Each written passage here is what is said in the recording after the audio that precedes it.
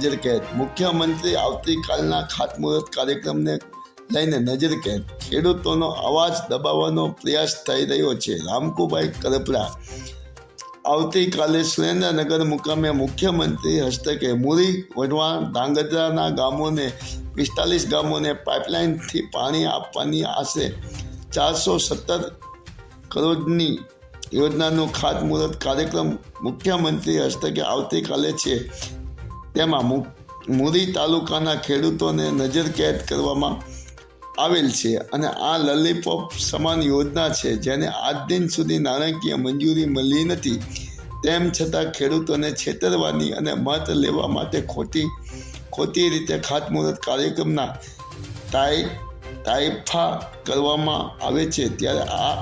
ત્યારે આજ સવારથી જ ખેડૂત આગેવાનોને નજરકેદ શા માટે કરવામાં આવે છે? કારણ કે લોલીપોપ યોજનાનું આ ખેડૂત આગેવાનો દ્વારા પર્દાફાશ કરવામાં આવેલ છે.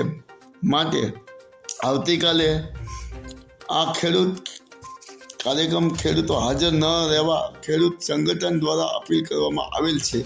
આજે સુરેન્દ્રનગર જિલ્લા કિસાન કોંગ્રેસ ચેરમેન અને ખેડૂત આગેવાન રામકુભાઈ કરપડાના નિવાસ સ્થાને પોલીસ ખડકી દેવામાં આવી છે અને તેઓને નજરકેદ કરવામાં આવતા ખેડૂતોમાં રોષ ફાટી નીકળ્યો છે અને ખેડૂતોનો અવાજ દબાવવાનો પ્રયાસ ગુજરાત સરકાર દ્વારા થઈ રહ્યો હોવાનો આક્ષેપ ખેડૂતોએ કરેલો હતો. કારણ કે આ લોલીપોપ સમાન યોજનાથી જાહેરાત કોઈ નાણાકીય મંજૂરી આપી નથી, કોઈ ટેન્ડર પ્રક્રિયા કરવામાં આવી નથી, કોઈ કોન્ટ્રાક્ટ કંપનીને કામ આપવામાં આવેલ નથી. તેમ છતાં ખાતમુહૂર્ત કાર્યક્રમ મુખ્યમંત્રીના હસ્તકે આવતીકાલે યોજાવાનો છે. તે લોલીપોપ સમાન છે. ફક્ત ખેડૂતોના લોકસભાની ચૂંટણી મત લેવા માટે ખાતમુહૂર્તના તાઇફા થઈ રહ્યો છે એમ રામકુભાઈ કરપડાએ જણાવ્યું હતું.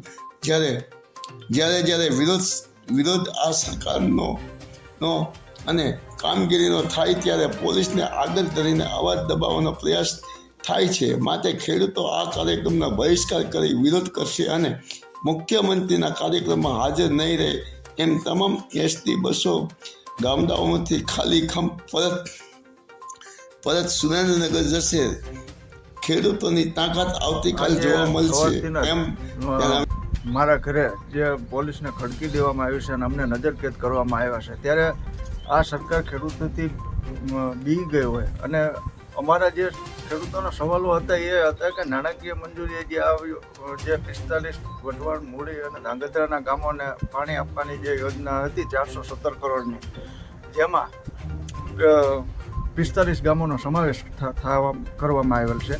પરંતુ આ યોજનાને ખાલી વહીવટી મંજૂરી મળી છે, નાણાકીય મંજૂરી નથી મળી, કોઈ ટેન્ડર પ્રક્રિયા નથી કરવામાં આવી, કોઈ કંપની કે કોન્ટ્રાક્ટરને કામ આપવામાં આવેલ નથી અને સીધું જ આનું ખાતમુહૂર્ત એક લોકસભાની ચૂંટણીમાં મત ખેડૂતોને લેવા માટે થઈ અને આ એક લોલીપોપ સમાન યોજનાનું ખાતમુહૂર્ત જ્યારે થવા જઈ રહ્યું છે, ત્યારે અમારો સવાલ તંત્રને અને સરકારને એ જ હતો કે અમને નાણાકીય મંજૂરીનો કાગળ બતાવો, કઈ કંપનીને કામ આપ્યું છે, કેટલા સમયમાં આ કામ પૂર્ણ કરવાનું છે, એ બાબતની અમારી વાત હતી.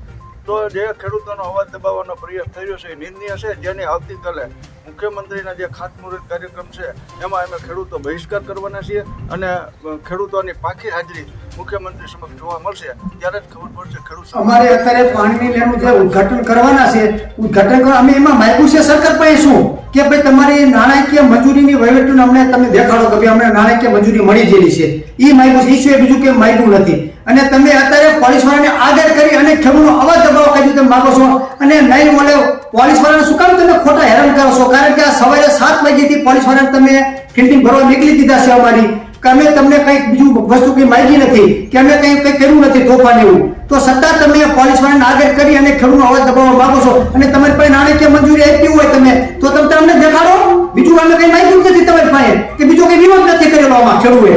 અને સાચી વાત તમારી હોય તો તમારે તરત દેખાડી દેવું પડે કે અમારી નાણાકીય મંજૂરી છે, તો કંઈ ખેડૂતનો પ્રશ્ન જ નથી. એટલે ખોટા તમે ઊનું ખેડૂતને બનાવવાનું બંધ કરી દો.